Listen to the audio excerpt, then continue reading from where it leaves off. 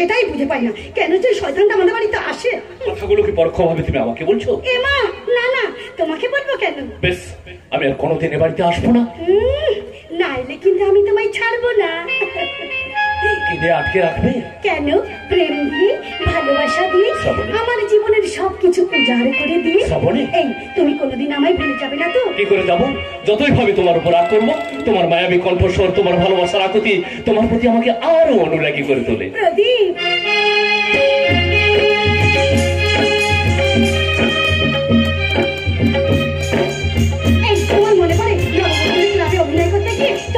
প্রথম দেখা মনে পড়ে সেবার তুমি চেয়েছিলে আনারকলি।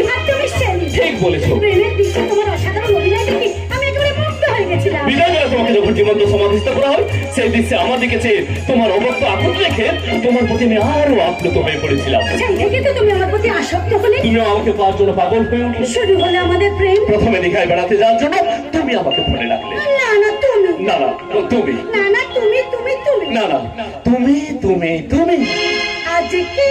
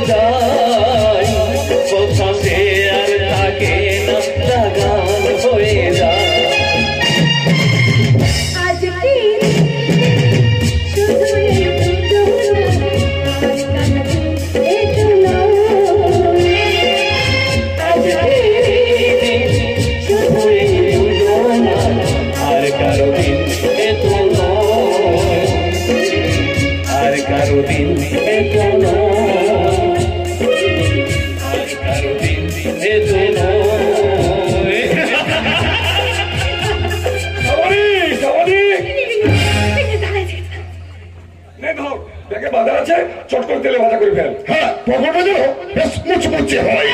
তেলে ভাজা সঙ্গে মুড়ি মিশি খেলে দারুণ জমবে। হ্যাঁ, তার সঙ্গে শসা কুচি, বিট গাজর আর দুটো কাঁচা লঙ্কা। যেন খাওয়ার আগে আমরা খেয়ে নিচ্ছি।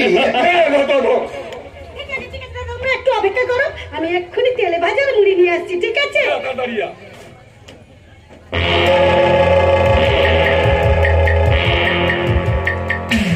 আচ্ছা প্রদীপ, তোকে একটা কথা জিজ্ঞাসা করবো, কি সারা জীবন শ্রাবণীর সঙ্গে প্রেম প্রেম খেলা খেলে যাবি, বিয়ে করবি না? আর সেই বিয়ের ব্যাপারেই তো কথা বলতে আমি এখানে এসেছি।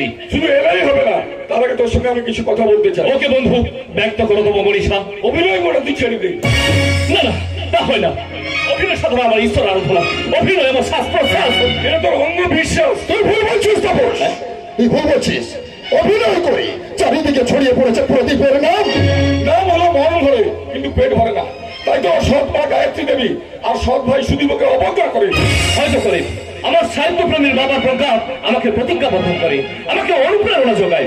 ওই অনুপ্রেরণা নিয়ে জীবন তুই কত টাকা রোজগার করবি? বিয়ে করে বলবে খাওয়াবি কি, সংসার চালাবি কি করে? বন্ধু তাপস, আমি মহাভারতের অভিমন্যু নই, আমি ফসল ফলানো কৃষক।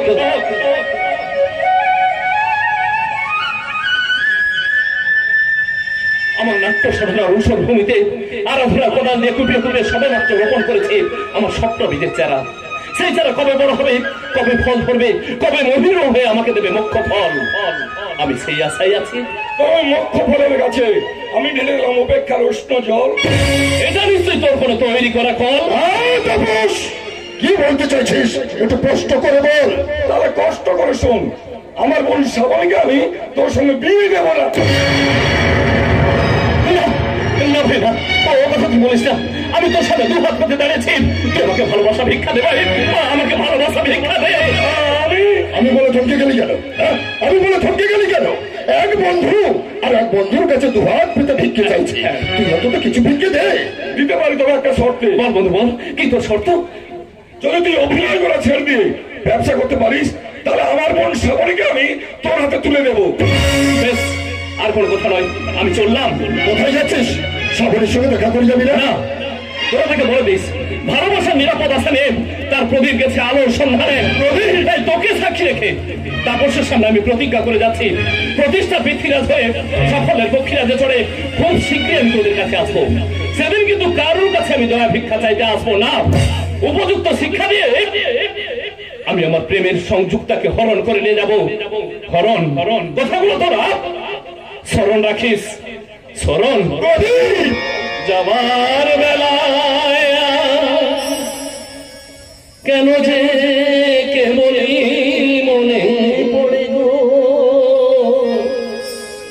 অসময়ে নীলাকাশ কতদিন কত মেঘ ভরে গো, শপথের মালাতেও মাঝে মাঝে কাঁটা জেগে রইতো, এ দেখাই শেষ দেখা নয়,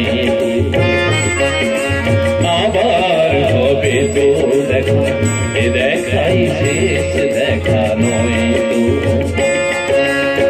কি চোখে তোমায় দেখে বোঝাতে পারিনি আজ, হয়তো এ দেখাই শেষ দেখা নয় তো, এ দেখাই শেষ দেখা নয় তো, এ দেখাই শেষ দেখা দেখা দেখা নয় তো।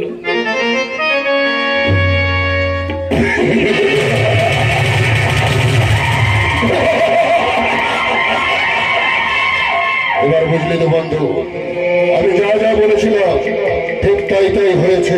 হ্যাঁ ভাই, কিছুটা হয়েছে, এবার বাকিটাও হবে, এবার বাকিটাও হবে।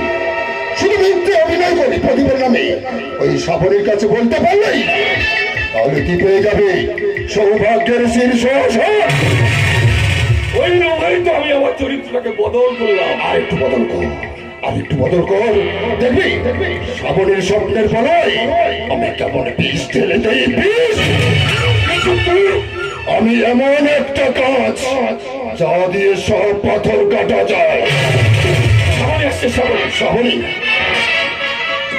আমি এসে গেছি, তোমাদের জন্য চা আর মুড়ি ভাজা নিয়ে এসেছি। না ধরো দেখি, ধরো। প্রদীপ কোথায়? প্রদীপ প্রদীপ চলে গেছে। চলে গেছে? শুধু চলে যায়নি, যাওয়ার সময় তোমার দাদাকে কিছু কথা শুনিয়ে গেছে। দাদা, প্রদীপ যাওয়ার সময় তোমাকে কি কথা শুনিয়ে গেছে? কি হলো? চুপ করে দেখো না, বলো। কি হলো? চুপ করে দাঁড়িয়ে আছিস কেন? বলে না, যাওয়ার সময় তোকে প্রদীপ কি বলে গেছে? সে তোকে বিয়ে করবে না।